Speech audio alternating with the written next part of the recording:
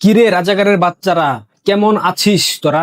বাংলাদেশের তথাকথিত রাজনৈতিক দলগুলা তাদের যতগুলা পোষা পালিত রাজাকারের বাচ্চা আছে, শিলং সালাউদ্দিন, কসা জায়েদ, পররাষ্ট্র উপদেষ্টা, পররাষ্ট্র প্রতিমন্ত্রী, পররাষ্ট্রমন্ত্রী, এছাড়াও বিকাশ রাশেদ, বিকাশ নূর, এরকম বাংলাদেশের রাজাকারের বাচ্চারা বলেছিল না, দিল্লি ভারত সরকার শেখ হাসিনাকে কোনো প্রকার রাজনৈতিক কর্মযজ্ঞ ভারতে বসে চালাতে দেবে না।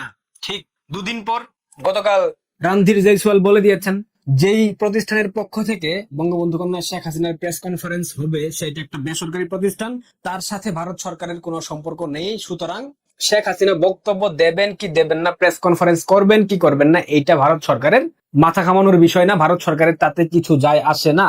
ভারত একটা গণতান্ত্রিক রাষ্ট্র।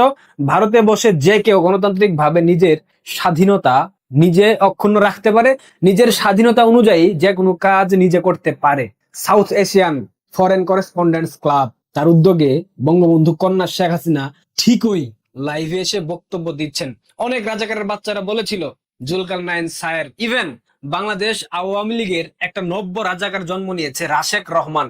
রাশেক রহমান, আপনি প্রথম থেকে সামাজিক যোগাযোগ মাধ্যমে অ্যাক্টিভ, তার জন্য আপনাকে নিয়ে কিছু বলি নাই, কিন্তু গতকাল আপনি শারমিন চৌধুরীর সাথে যে সাক্ষাৎকার দিয়েছেন, সেই সাক্ষাৎকারে যে ধরনের ভাষা ব্যবহার করেছেন, শব্দ চয়ন, যে ধরনের মিথ্যাচার করেছেন, আপনাকে তো ভাই বাংলাদেশের মানুষ দেখবে, আওয়ামী লীগ দেখবে। ইভেন বাপের ধনের পুদ্দারি একটা কথা আছে না, মানে বাপের সম্পদ দিয়ে সন্তান রাজকীয় ভাবসাব দেখায়, ঠিক একই রকম এই আশেক রহমান তার বাবার কারণে আওয়ামী লীগের মনোনয়ন পেয়েছিল রংপুর থেকে। অন্যথায় তার ব্যক্তিগত যোগ্যতা কি, কি যোগ্যতা? স্পষ্ট ভাবে, চমৎকার ভাবে, মিষ্টি ভাবে কথা বলতে পারলে যোগ্যতা হয়? হয় না।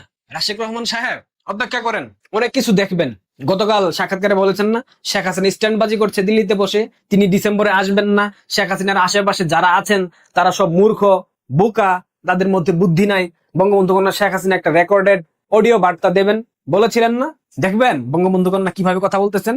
আমি যেই মুহূর্তে ভিডিও রেকর্ড করতেছি ঠিক সেই মুহূর্তে বঙ্গবন্ধু কন্যা লাইভে কথা বলতেছেন, সাংবাদিকদের প্রশ্নের উত্তর দিচ্ছেন। শুনেন একটু। Journalists were killed. Law enforcement agencies and on the organized attack. Police supply the other officers were killed and their bodies were hung for firewood. শুধুমাত্র একটা প্ল্যাটফর্ম থেকে দেখলাম, সজীব ওয়াজের জয়ের যে ফেসবুক পেজ, সেখান থেকে 2 লক্ষ মানুষ লাইভ দেখতেছে। সাকিব আল হাসান উনার ফেসবুক যে অফিসিয়াল পেজ আছে সেখান থেকে লাইভ করা হচ্ছে। বাংলাদেশ আওয়ামী লীগের ফেসবুক পেজ থেকে লাইভ হচ্ছে। দিল্লি ফরেন করেসপন্ডেন্ট ক্লাবের ফেসবুক পেজ থেকে লাইভ করা হচ্ছে। ইভেন ইভেন রয়টার্স এর মতো গণমাধ্যম এই সংবাদ সম্মেলন লাইভ করতেছে। এটা দেখার পর আমার একটা কথা মনে পড়তেছে, রাজাকারের বাচ্চারা সবাই স্লোগান দাও, এই তোরা কে কোথায়, রাজুতে আয়। রয়টার্স শেখ হাসিনার বক্তব্য প্রচার করছে, রয়টার্স এর অফিস ভাঙচুর করতে হবে। কি রাজাকারের বাচ্চারা স্লোগান দাও, রয়টার্স প্রকাশ করতেছে লাইভ। শুধু রয়টার্স না, ভারতবর্ষের একাধিক আন্তর্জাতিক মানের গণমাধ্যম এই লাইভ সম্প্রচার করছে। শুধুমাত্র ভারতবর্ষের, জি না, দক্ষিণ এশিয়ার একাধিক গণমাধ্যম এই লাইভ সম্প্রচার করছে। অনেক চিল্লাপাল্লা করেছিল তোমরা, শেখ হাসিনার 5 আগস্টের প্রোগ্রামকে তোমরা ধূলিসাৎ করবা, তোমরা এটাকে স্প্রেড হতে বাধা দিবা, পেরেছো? পারো নাই তো। তোমাদের কি জুলাই ফলাই ছিল না আজকে 5 আগস্ট উপলক্ষে? কি দিবস টিবস পালন করলা, কি জুলাই জাদুঘর না কি যেন একটা উদ্বোধন করলা, সেখানে গিয়ে দেখলাম 2 পক্ষের হাতাহাতি হয়েছে। আবার দেখলাম জুলাইয়ের ঘোষক নাকি। এবার বুঝছো তো জুলাই সন্ত্রাসীরা, বিএনপি কিভাবে স্বাধীনতার ঘোষককে জোর করে তাদের কাছে নিয়ে যায়। বঙ্গবন্ধুর পক্ষে স্বাধীনতার ঘোষণাপত্র পাঠ করে জিয়া হয়ে যায় স্বাধীনতার ঘোষক। ঠিক একই রকম 5 আগস্টের সময় দেখলাম নাহিদ ইসলাম, আসিফ মাহমুদ সজীব ভুইয়ারা 1 দফার ঘোষণাপত্র পাঠ করলো, 1 দফার ঘোষণা দিল। এখন নতুন ভাবে শুনতে পাচ্ছি তারেক রহমান নাকি এই জুলাই আন্দোলনের, জুলাই সংগ্রামের 5 আগস্টের স্বাধীনতার ঘোষক ছিল। ভাবে ছিল চুরি করে 1971-এর স্বাধীনতার ঘোষক, এখন দ্বিতীয় স্বাধীনতা তারা যেটা বলে সেটার ঘোষক হয়ে গেল তারেক। জুলাই ভোগে নাহিদ ইসলাম, আসিফ মাহমুদ সজীব ভুইয়া, কেমন লাগে? এবার বুঝছো তো বিএনপি কিভাবে স্বাধীনতার ঘোষণা চুরি করে জিয়ার নামে চালিয়ে দেয়। যেখানে সংবিধান বলতেছে স্বাধীনতার ঘোষক বঙ্গবন্ধু শেখ মুজিবুর রহমান, সেখানে বিএনপি বারবার বলে স্বাধীনতার ঘোষক শহীদ জিয়া। তাহলে সংবিধান ভায়োলেট করা হয় না? যদি এই সংবিধানের অধীনে শপথ নিয়ে থাকে, তাহলে সংবিধানে যেটা লেখা আছে সেটা যখন ব্যত্যয় ঘটিয়ে অন্য কাউকে ঘোষক দাবি করা হয়, তখন কিন্তু সংবিধানকে অবমাননা করা হয়, তখন কিন্তু সংবিধানকে অসম্মান করা হয়। এটা কিন্তু রাষ্ট্রদ্রোহ অপরাধ। এখন এটা নিয়ে যদি কেউ কথা বলতে যায়, তাকে বলা হবে ফেসিস্টের দোসর, স্বৈরাচারের দোসর। মানে কি একটা মেসাকার অবস্থা। পারছো বাংলাদেশ আওয়ামী লীগকে অপ্রাসঙ্গিক করতে? পারছো বঙ্গবন্ধু কন্যা শেখ হাসিনাকে অপ্রাসঙ্গিক করতে?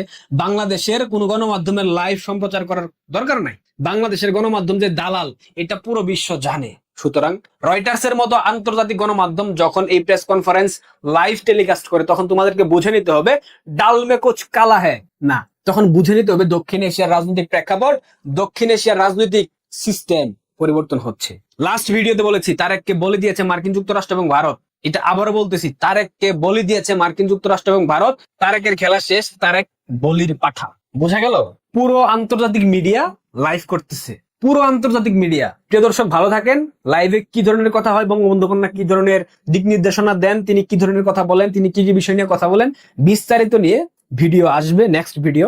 ততক্ষণ পর্যন্ত সাথে থাকেন, পারলে ভিডিওটা শেয়ার করে দিন, চ্যানেলটাকে সাবস্ক্রাইব করেন। ধন্যবাদ।